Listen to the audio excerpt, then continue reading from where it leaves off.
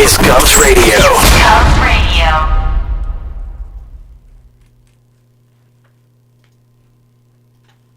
Super loud.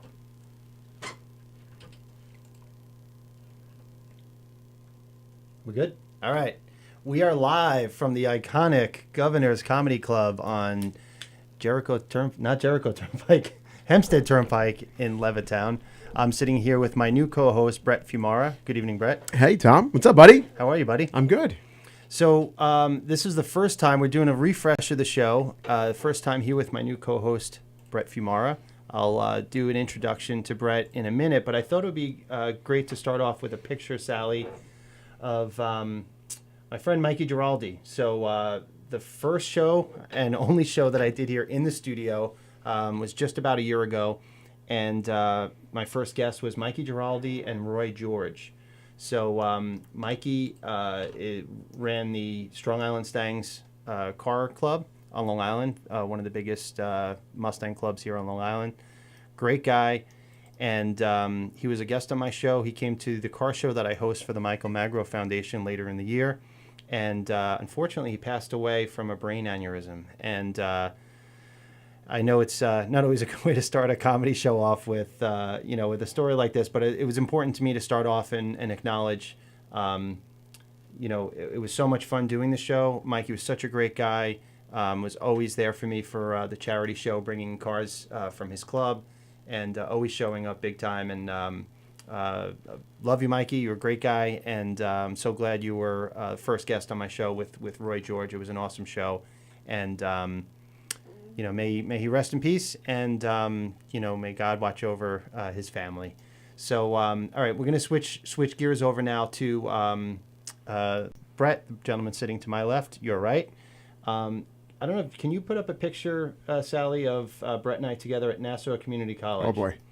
So Brett and I know each other a long time, over 20 years. Mm-hmm.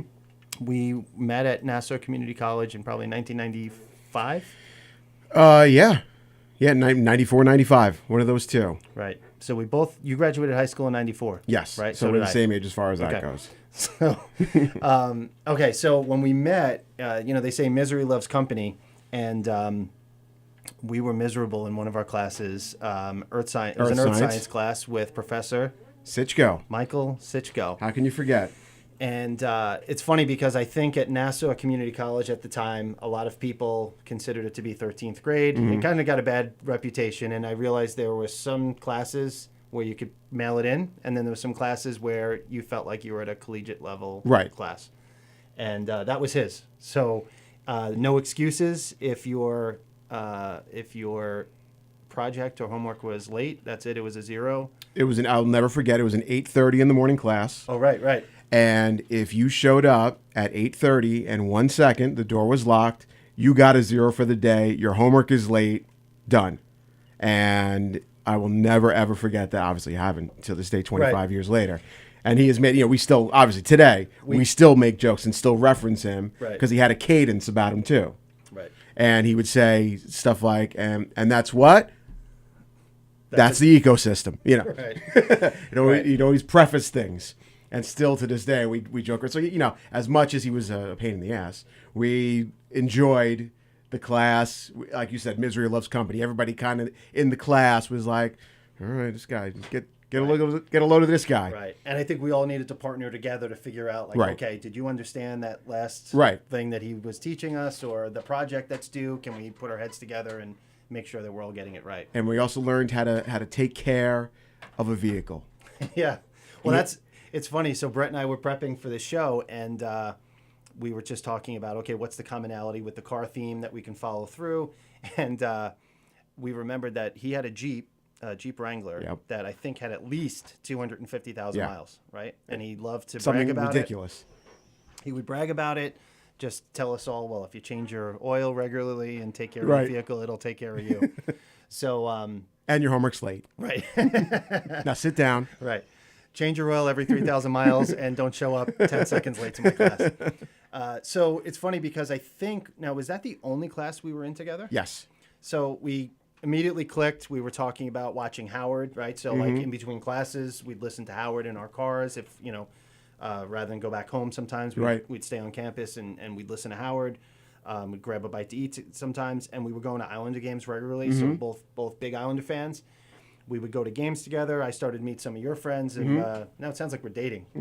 So We're not? Then I met Brett's parents, and And we made our announcement about our love for each other, and they were both happy about it. And here we are today, 25 years later. happy in love. Well, and along the way, you were in my wedding party. I was in your wedding party.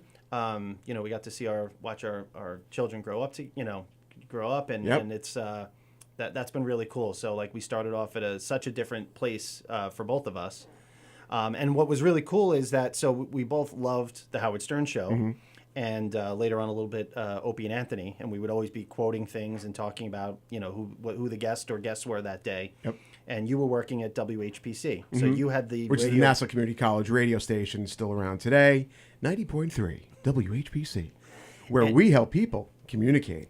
Now, what? Because I don't remember this at the time. I remember we would talk about what you were doing at the radio station, right? So you were doing things to help out. You had this show that I would call into, right? And what gave you the bug to get into radio early? It was a flyer that came, I think, with the Nassau Community College paperwork or something like that, and I remember Jim Douglas, who was an alumni of the station, and he's been in radio forever now. He's still in Long Island radio now.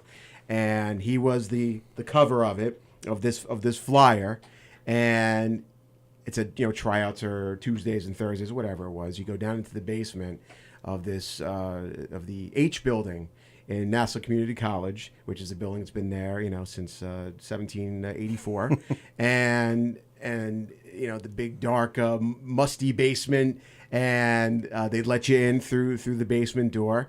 And Jim Green, who he talked like this, he would let you know that you need to pronunciate, and I don't want any Howard Stern stuff in here. I got people being I want to be the next Howard Stern, and so that was like off the bat. And he was always about enunciating. You have to say your T's, your B's, your P's, but don't pop the P's. And so I did the tryout, and it worked out. And then everybody at that time, I don't know if it's still the case now, but everybody started off doing a news update.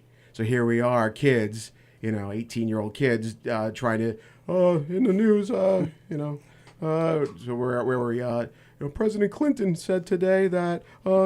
And, it's like reading aloud in class with news. We're reading aloud in class. Nobody wants to do it, and here you're having to read news, and people judging you on whether you're going to be in radio or not. And thankfully, I've been lucky enough to be in radio still, and it's all thanks to that, the tutelage of Jim Green and everybody down there at WHBC, and a lot of people I know, a lot of friends who have come through there and are still in radio today. And so it's cool to know that's where it started, that's where the friendship started, and here we are, where I'm still thankfully doing a job that I love and being with a lover like you. So this is great. So so my kids are watching, so this is going to be news to them and my wife. Well, you've got another daddy, and it's going to be okay. We're going to work this out.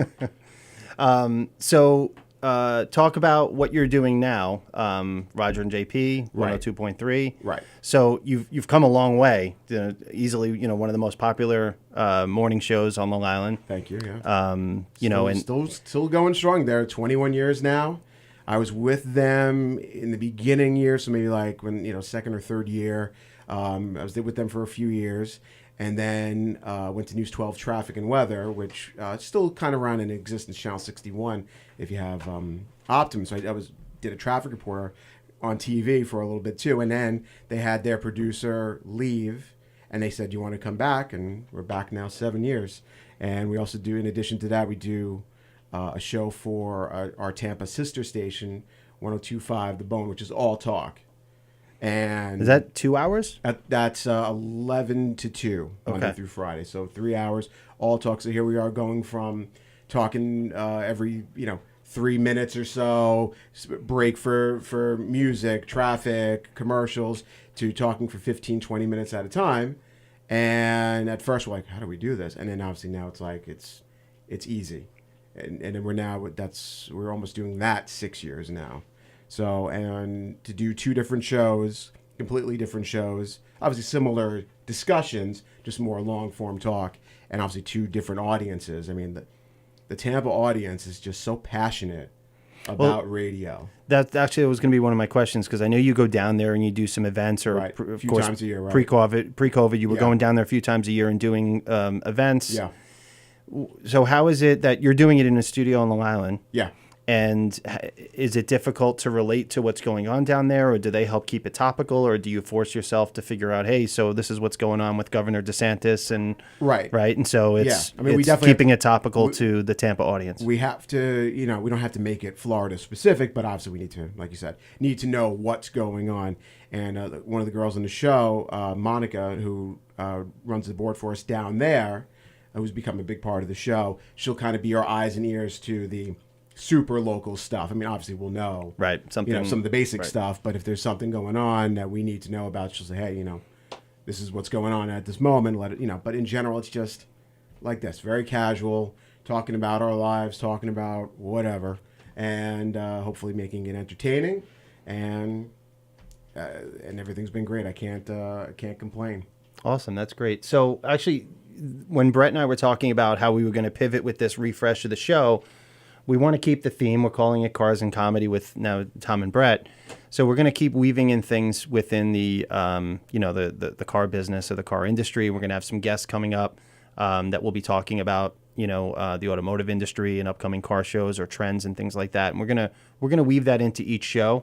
I think each show will be a little different in terms of how much car talk we have. Mm-hmm. I like to think that, when you think about Seinfeld's Cars and Comedy, there are some shows where his guests are extremely passionate about cars, and that's 90% of the content. And then there's some times where you have a great guest who knows nothing about cars, but you're talking about their first car, or their father was into cars, or mother, or whoever.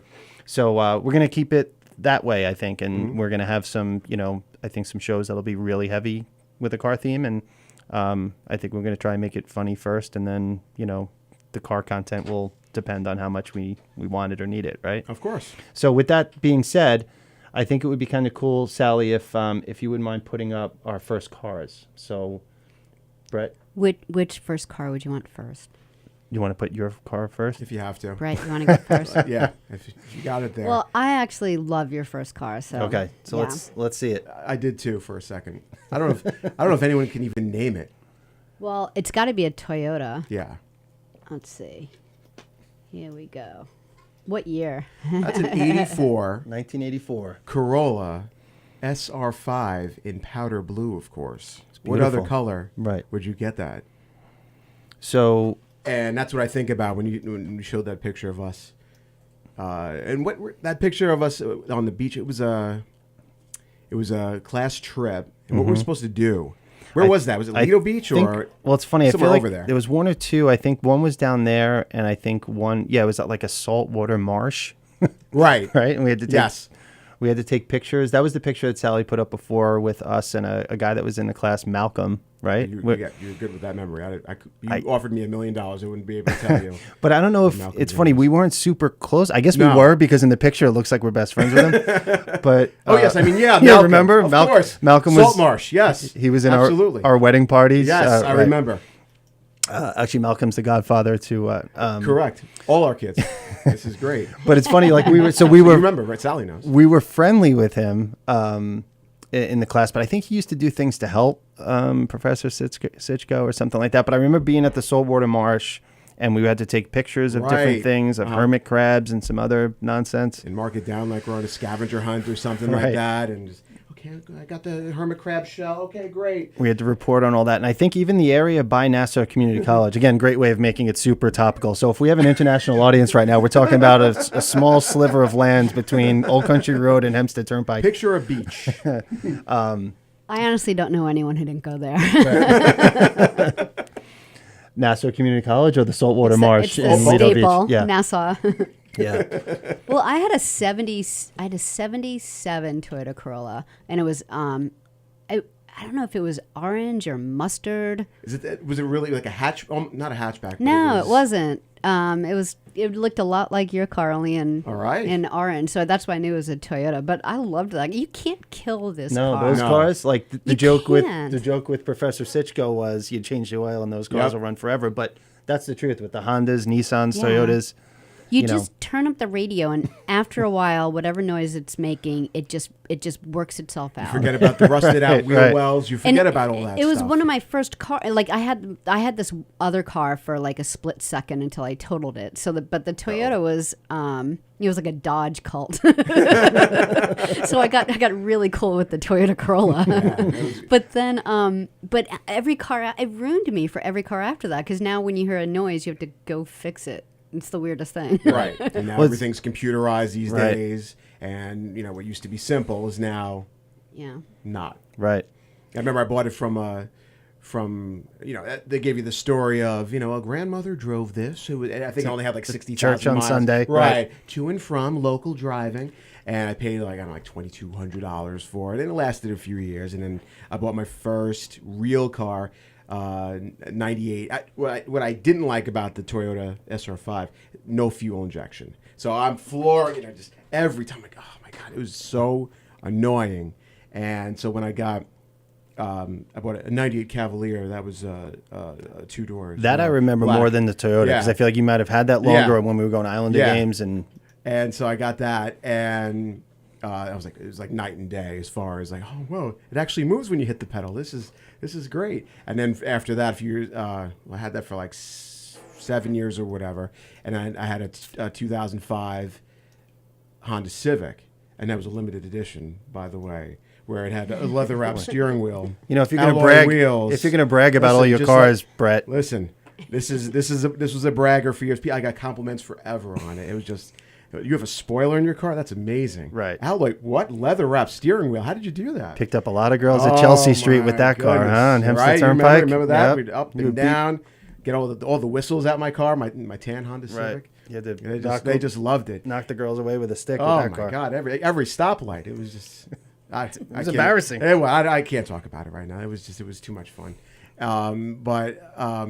And now, so I'm just thinking of the car buying process on how much it's changed over the years. So my first car, bought it from a grandmother. Then I bought it from a dealership where you go and actually take a look. You looked in the newspaper and this Right. place seems to have what I want. Then it was similar, I guess, in like 2005. But you would find some stuff on the internet. And then most recently, I bought a certified pre-owned CRV, Honda CRV. And that was, I downloaded an app, and I'm searching. I put all the settings in there, and then it took me to Novak Motors in Farmington. What the hell is Novak Motors? And they sell these pre-owned cars that are come off a one-off lease. Right.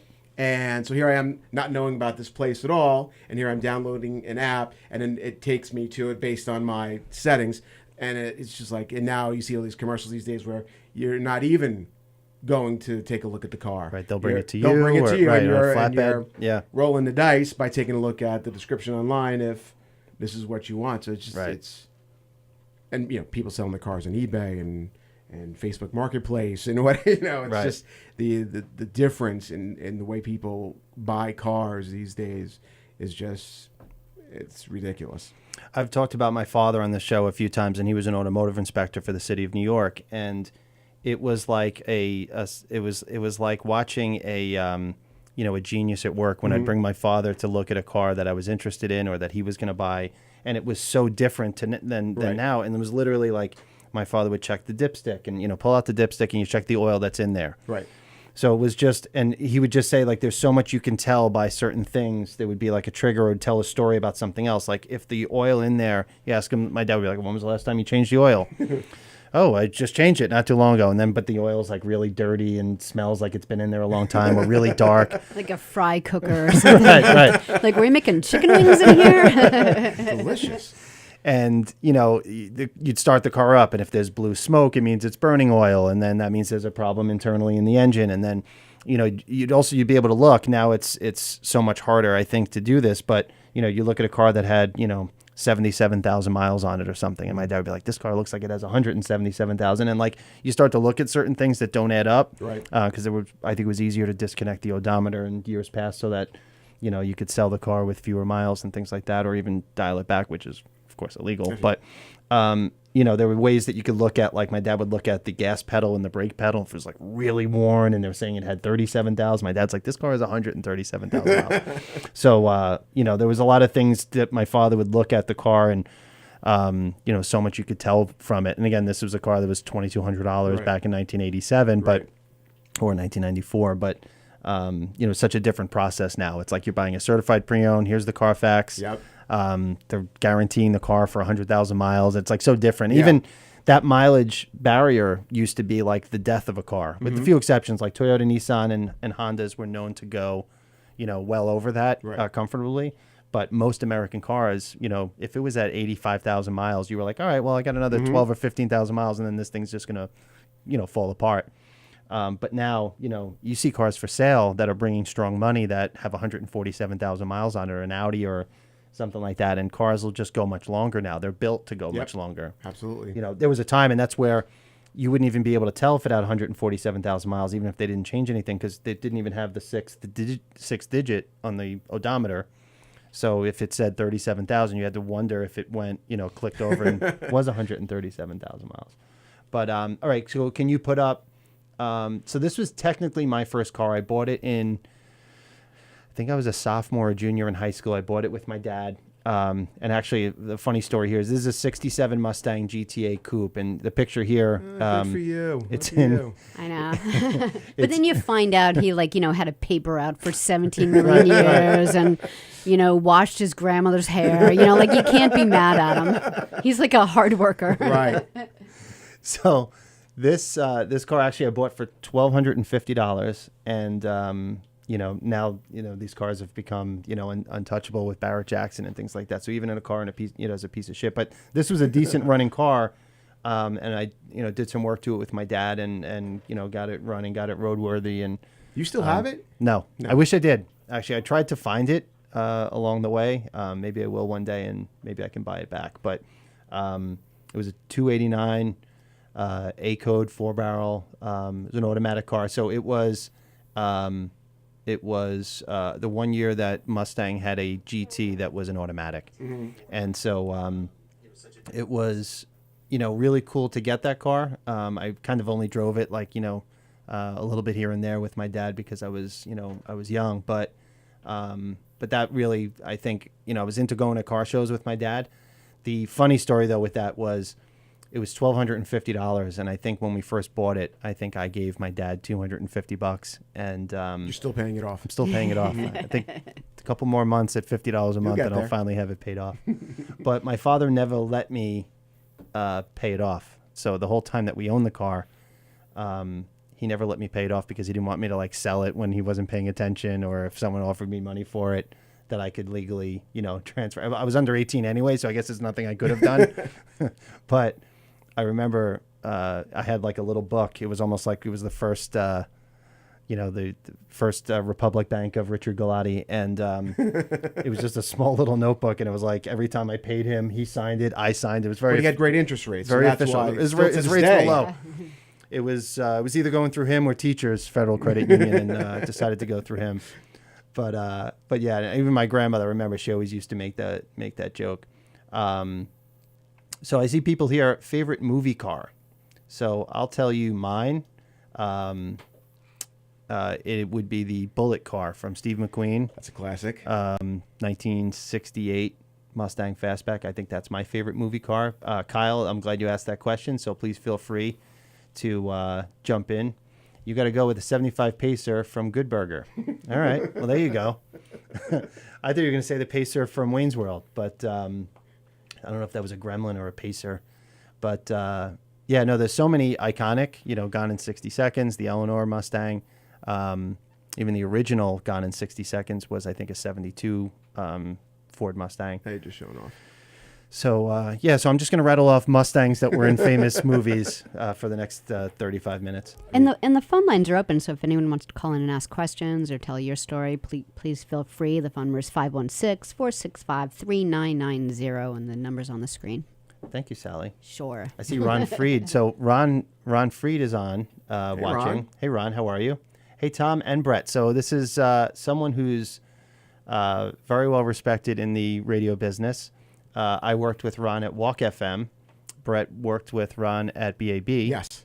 And I think, Ron, you could type in how many years you've been in Long Island radio. I think you're pushing 30 years or a little above 30 years. But Ron is a really great guy. I learned a lot from Ron when I was working with him at Walk. And he's just very well known in the business, as they say. Absolutely. Yeah. Still going strong. Yep. Ron, what was your first car? Let's see Ron chime in with his first car. I know I saw Christine there, my sister Christine Galati. I know what her first car was. Let's see if she wants to chime in with that. But like I said, the phone lines are open, so if anyone wants to call in with talking about their first car experience, or actually even interestingly enough, you talked about Brett buying a car now. It's different. I know some people that have bought and sold some cars recently through dealerships, and car dealerships actually can't even come inside your car when you're trading it in. So it's kind of weird that they're like, they're checking Because it out of because of COVID rules? COVID. Okay. Yeah. And I know two people that specifically said that when they were bringing their car in, they were like, gee, I hope they don't notice that the part of the dashboard's like, chipped off or something, when the car was either being traded in or coming off lease. And so I think people are kind of getting a pass right now for some of the COVID regulations. So I Right. guess it's not all that bad for Even like getting your house appraised these days, like right about now, they're starting to allow inspectors to come in and appraise your house. Before they used to just do a drive-by for like the last year. So talk yeah. about getting a pass. Right, that's true, and I'm sure you could probably push that one way or the other. Right. Depending on what the intention is. So it's such a different process now. I remember I sold a car. This was way before COVID, but my wife had a 2002 Audi A4. It was a really cool, sharp car, and I remember selling it over text. So a buddy of mine, this guy. How does that happen? Yeah, no, it wasn't like an accidental text. So I took Got a car for sale? I took all the contacts in my phone and I said, anyone want to buy this car? I sold my car again by mistake. Damn. Got to buy another car. I have to stop doing Stop doing that. that. So annoying. Your wife was so pissed. Oh, my God. What do you mean you sold my car by accident? Again? So actually friends of ours had a similar car. They sold it to someone because it was like the mileage was getting up there, and they sold theirs to someone who ultimately would fix them up a little bit and, fix like the paint and stuff and then make some money off of them. Right. So he knew the car as well. And so when we were going to put it up for sale, my buddy John was like, you should text him. He might be interested in buying it. So I sent him 20 pictures. I think he was coming from Pennsylvania, and he just had someone ride with him. He drove it home. But it was just all over text. I didn't speak to the guy once. And it was just an interesting thing. Like, he would just ask me some random questions. Oh, let me check this out. What's Right. the VIN again? And I literally never spoke to the guy until he showed up at my house with $6,500. A wad of cash. Yeah, right. Right, totally. So, and that's the other thing too. I feel like it's a missed thing where, you'd buy a used car from someone and, you'd be like, well, what are we putting down on the DMV for, what we actually paid for this car?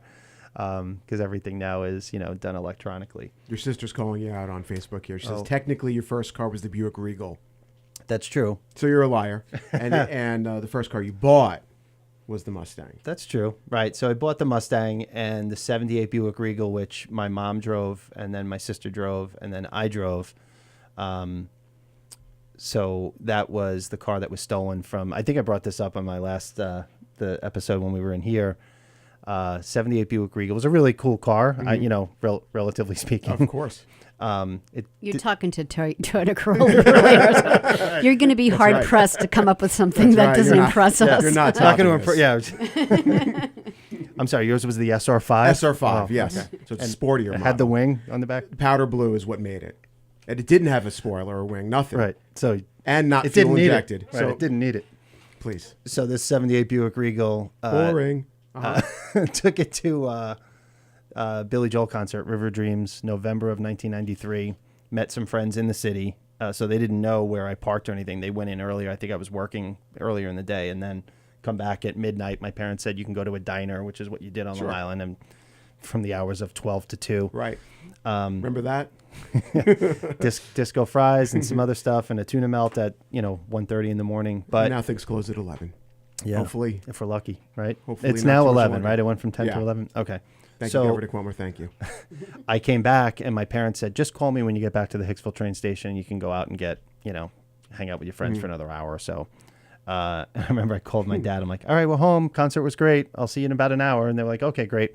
And then I called my dad back 15 minutes later saying, Dad, did you come and take the car? Because it's not here. So you got off the train. So this is 93. 1993. So obviously you didn't, you had no cell phone. I don't even know if you had beeper. Beeper, maybe? I had a beeper. Yeah, So I was actually trying to explain that to Vanessa, my daughter, the other day, that we were out on the road, and I said, I would get a beep. And she's like, what do you mean a beep? And I said it would be someone's phone number. And I said if it was my parents, they would basically do it like 6 times in a row, like, you better effing call me right now. But even with my friends, we had a code. Like 01 was call me back when you get a chance. 03 was it's important. 02 was in the middle. And 911. No, of course. Who knew what 911 really meant when anything. you were 18, right? Even the word, you sound like an idiot. You're talking to your little girl. A beeper. It's a beeper. Because it's a beeper. It's a and she's beeper. like, you're making it up. Right. Dad, you're weird. Right. And I felt like it was either, it became mainstream, but I feel like in the very beginning, the joke was, well, what are you, a drug dealer? You Right. need a beeper. Of course. Right. Find out when your shipment's coming in or when, you have a buyer that's ready for you. So I remember it had a negative connotation, kind of. But then I remember it was like, I also had to go to Westbury, your old stomping grounds. There was a whole bunch of those places, but it was like all these places would pop up. And I think Tri-County Flea Market had a place, right, where Of course. you had to go there each month and like pay the guy like $8 a month or something to have That's your right. service active. And sometimes like you'd pay 3 or 4 months at a time, so you didn't have to keep driving back, right? Like it was Needs no that hassle. no Venmo. You weren't paying for anything online those Nope. days, right? It was just all, he'd pull it up like in a folder and say, okay, here's your account, and here's your phone number, your beeper number, and he was like, here's $11. How long does that get me? Here's $22.50. Can I get some Like, beeps? I don't know. Come back. I'll tell you. And I remember that like some were clear, right? They had like cool chains on them and stuff. But anyway, So you got off the train. Got off the sans train. beeper, sans cell no phone. beeper, no nothing. I was naked. I had nothing. And you Couldn't went sell to- drugs. I couldn't do anything. It was a tough time. And you went to the payphone at the train Go station. to the payphone. Thinking everything's okay. Everything's fine. Hey, Mom and Dad. He closed it out with pressure, So talking about the Did River he do Dreams. Piano Man? You wouldn't believe it, Mom. Yeah. Mom, he played Piano Man. Everyone in the whole audience sang.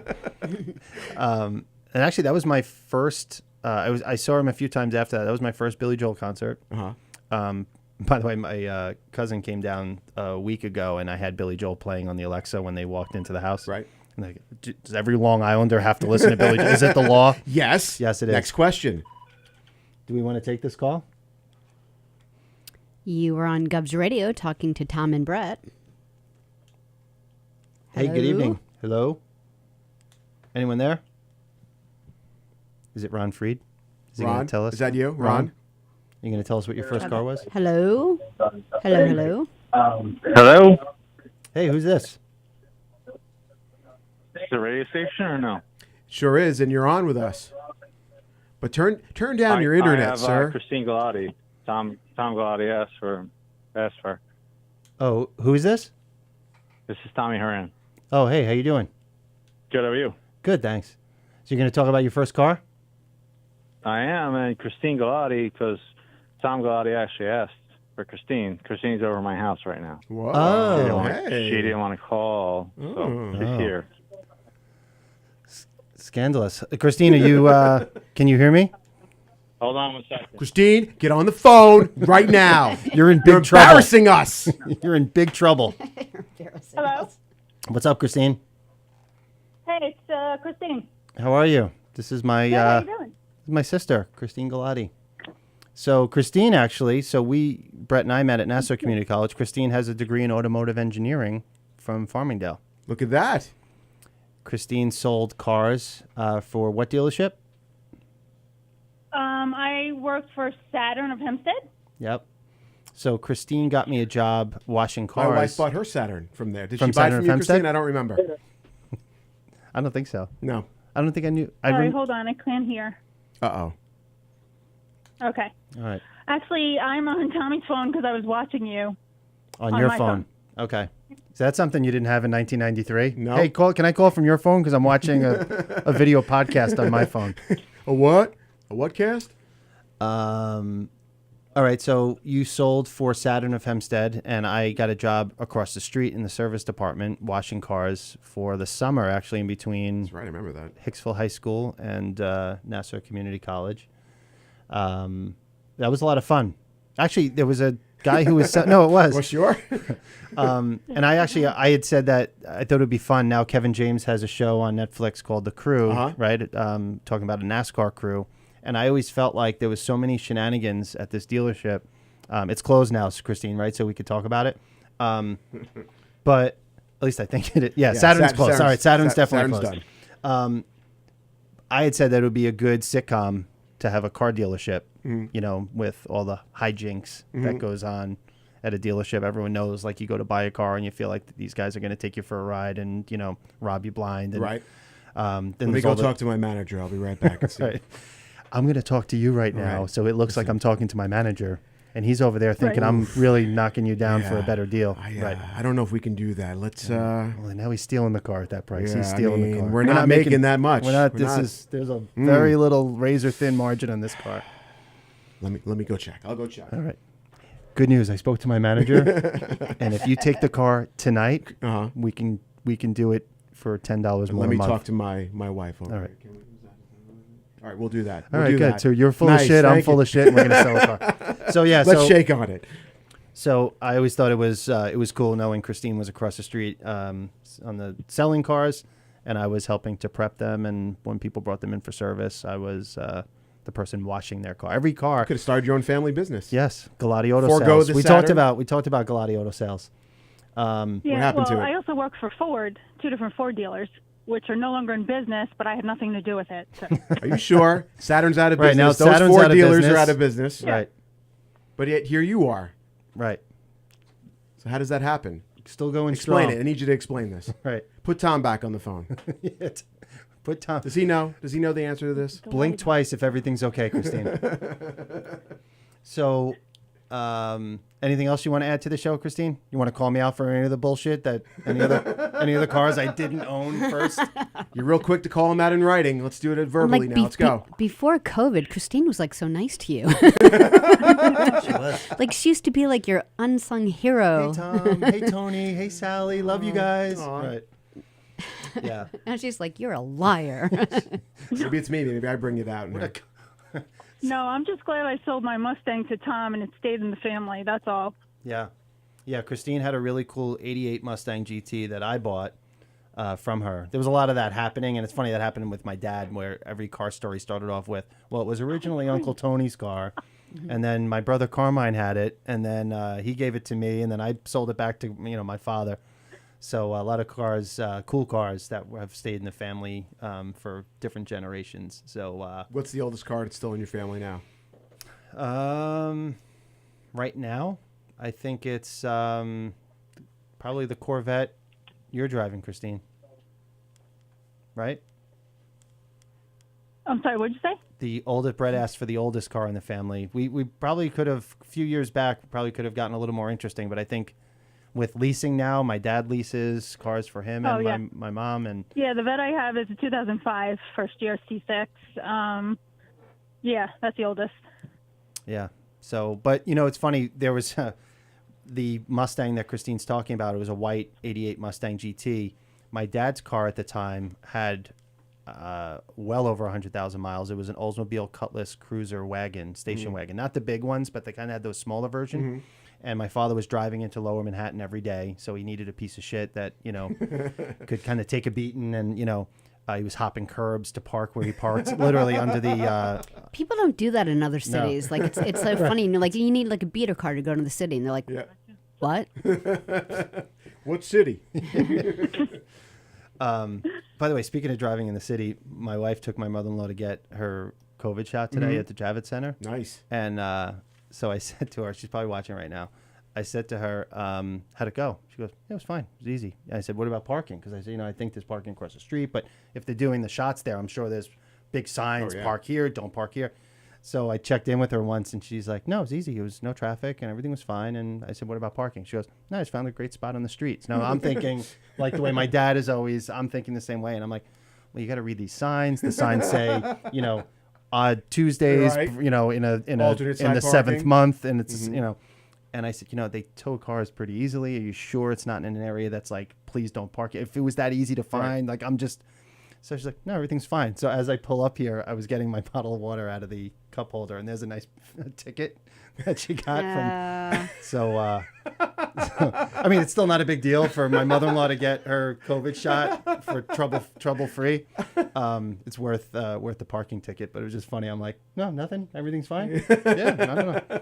Just found the spot right in front of the Javits Center. Yeah. And it only costs $250, and I have to appear in court in a couple of weeks, but everything's going to be great. So we just have to take off 2 days from work. So when I go back for my second shot in 3 weeks, we'll pay the ticket then. Everything will be fine.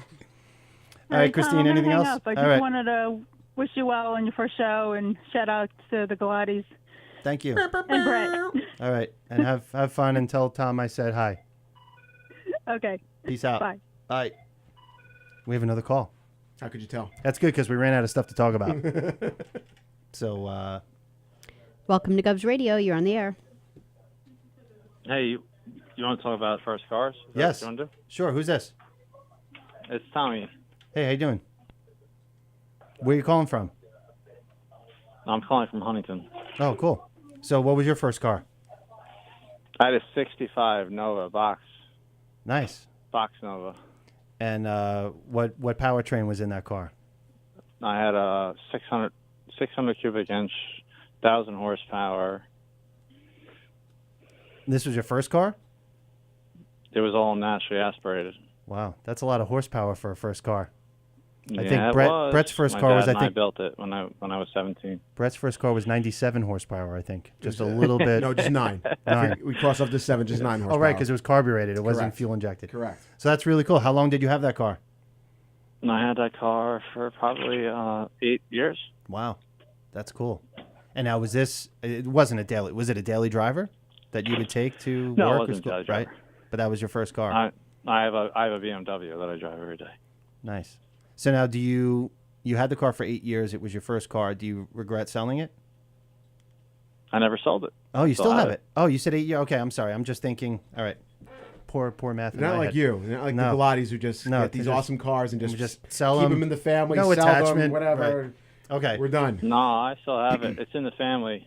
So actually, my partner actually has it. So I gave it to my partner after because I was street racing and everything else, got into trouble, and I gave it to my partner, and then my partner has it. So Nice. That's awesome. That's Are you really part cool. of the Long Island Needs a Drag Strip coalition? part of New York drag strip. Yeah, Yeah. No, that's yeah. I think on Discovery Channel. Yeah, that's us. nice. That's cool. Yeah, we definitely need a place for Long Islanders to race. Well, we without- got one. We got one out on in the airport out in East Merchant. Is that right? We just purchased it. We're trying to work out things with Discovery Channel and everything else to do the drag shows out there. That's awesome. I didn't know things had progressed. Hey, look at that. Yeah, that's really cool. All So we when you heard about say, for years. is that the airport like by Gabreski in West Hampton, or is that No, the one that's by West Calverton? Hampton. We're on Eastport. We're on the South Shore. Oh, okay. That's awesome. That's really cool. So what's the timeline look for that? Yeah. Yeah, so we're on the South Shore. We're in. Nice. So how far along is that in terms of? So this is going to be a show on Discovery. Tom's busy. Yeah, you still there? What was your question? I'm sorry. No, I just said, are you? How far along is that project before? So this is going to be a show on Discovery. It's probably a year out at this point. We own a collision shop out in Riverhead. What's So the name of the all collision shop? And we do collisions and restoration out in Riverhead. Awesome. So we have Hitman Collision out in Riverhead. Cool.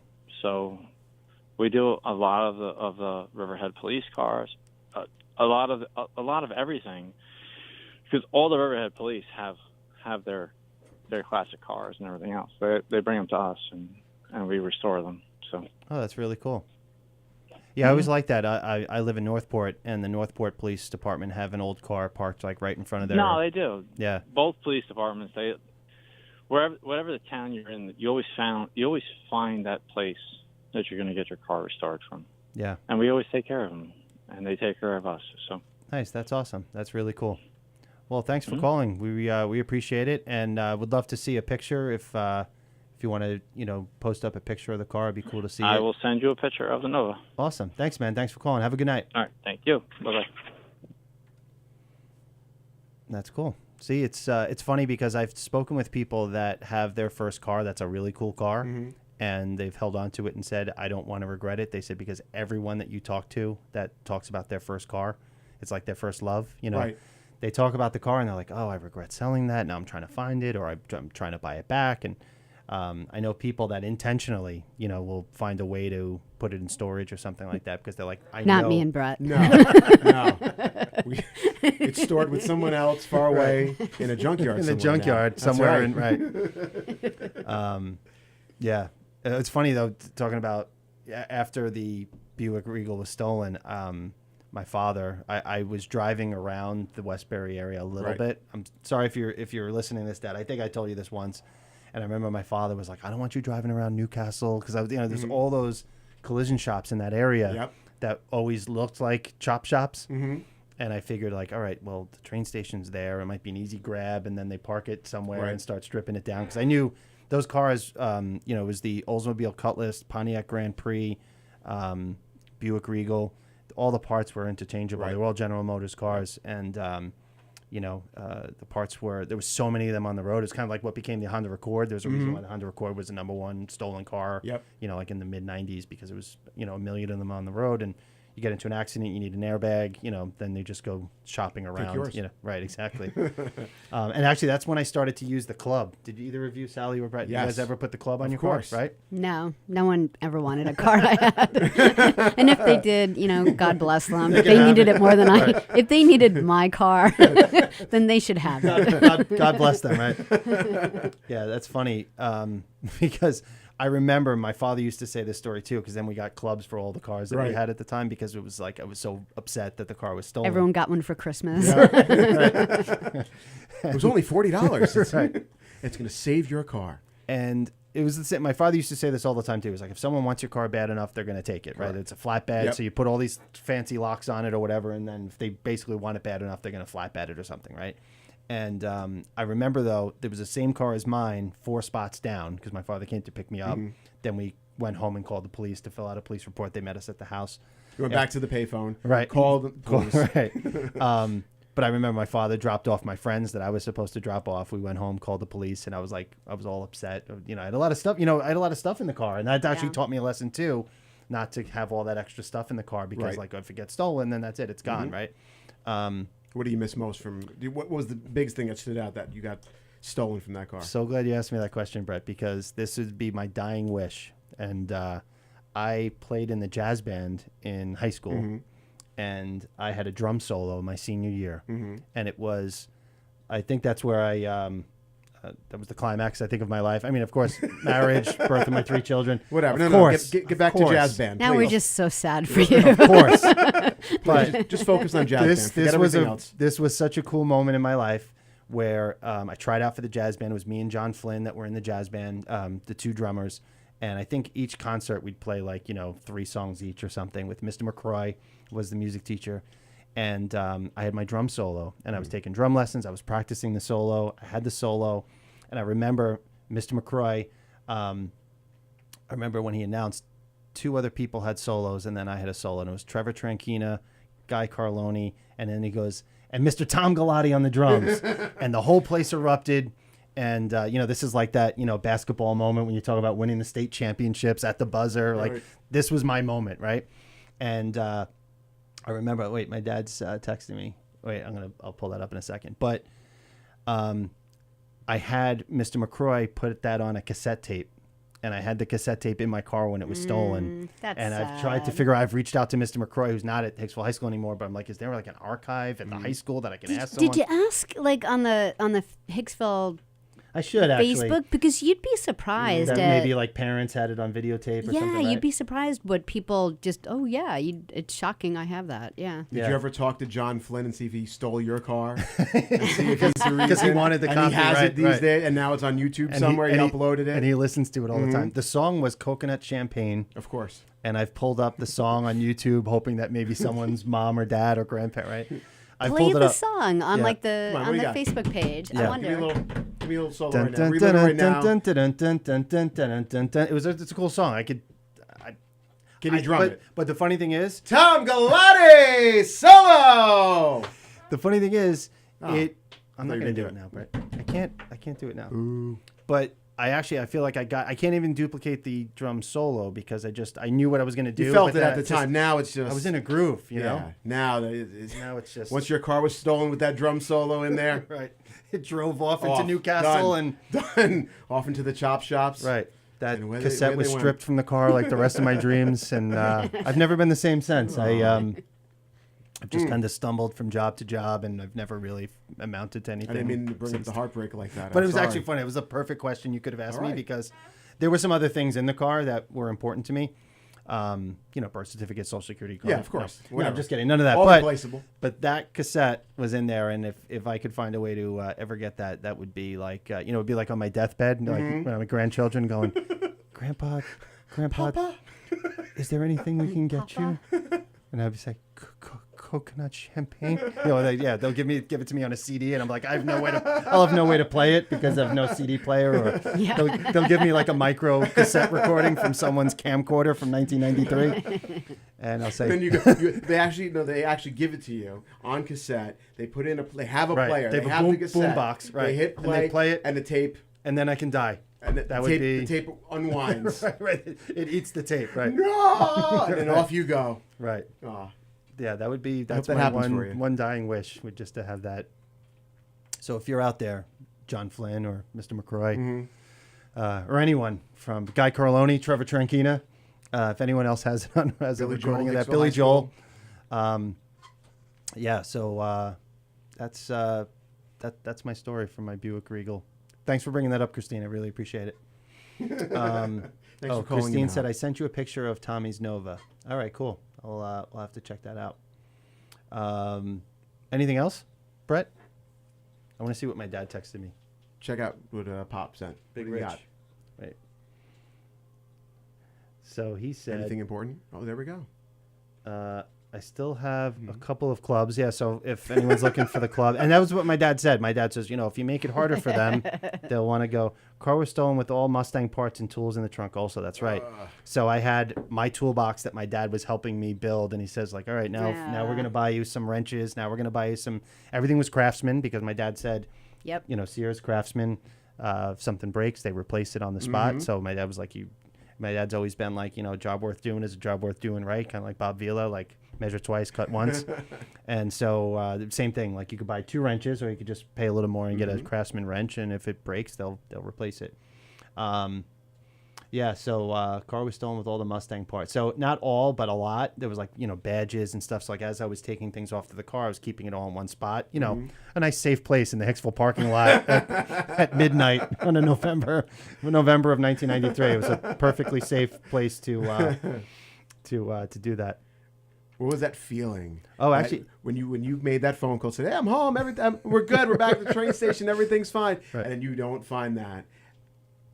well, my friends thought they thought I was just like being a dick, Right. Because we were joking around all Right. the time, right? And oh, good. I'm glad. Oh, I'm seeing this up here, but you can't see that, right? Right, but Yeah, if all you right. take I would your think, phone yeah. and you're holding it in front of If that I do thing, it like maybe. that, Ooh. can you see that? So my buddy John, this is his father's first car, a Corvette. This looks like late 50s. Really cool car. I don't know. Can we do it like that for now? We'll probably have a better way of sharing it in the future. But really cool car, John Harrell and Skip Harrell. Very cool. Do we have another caller?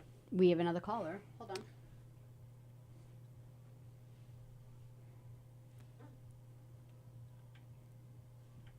and I could pull up while you're doing that. This is Tom's. I think we said it was a '65 Box Nova, so I could do it like this for now. Really high tech. Isn't that cool? Really, really cool, sharp-looking car, Tom. That's awesome. So clear. Very cool. Welcome. You're on Govs Radio with Tom and Brett. Yes, hi, it's Kevin Epstein. How you doing? Good. How you doing, Kevin? Yeah, well, talking about cars, I used to have like a commuter car because I used to travel from central Jersey to Long Island City. Right. And it was a 2000 Lincoln Town car. And about 2005, I'm going through a divorce, and my ex-wife and her partner, they keyed my car. Ooh. Oh, boy. And after that, I never really cared about what happened to the car. So I used to, no one would get in my way going through the Holland Tunnel. No one got, no one had the right of way. I had the right of way. You were like the Terminator after that, right? Yeah, it was just like, that bitch pissed me off. And that car was just, no one's getting in my way.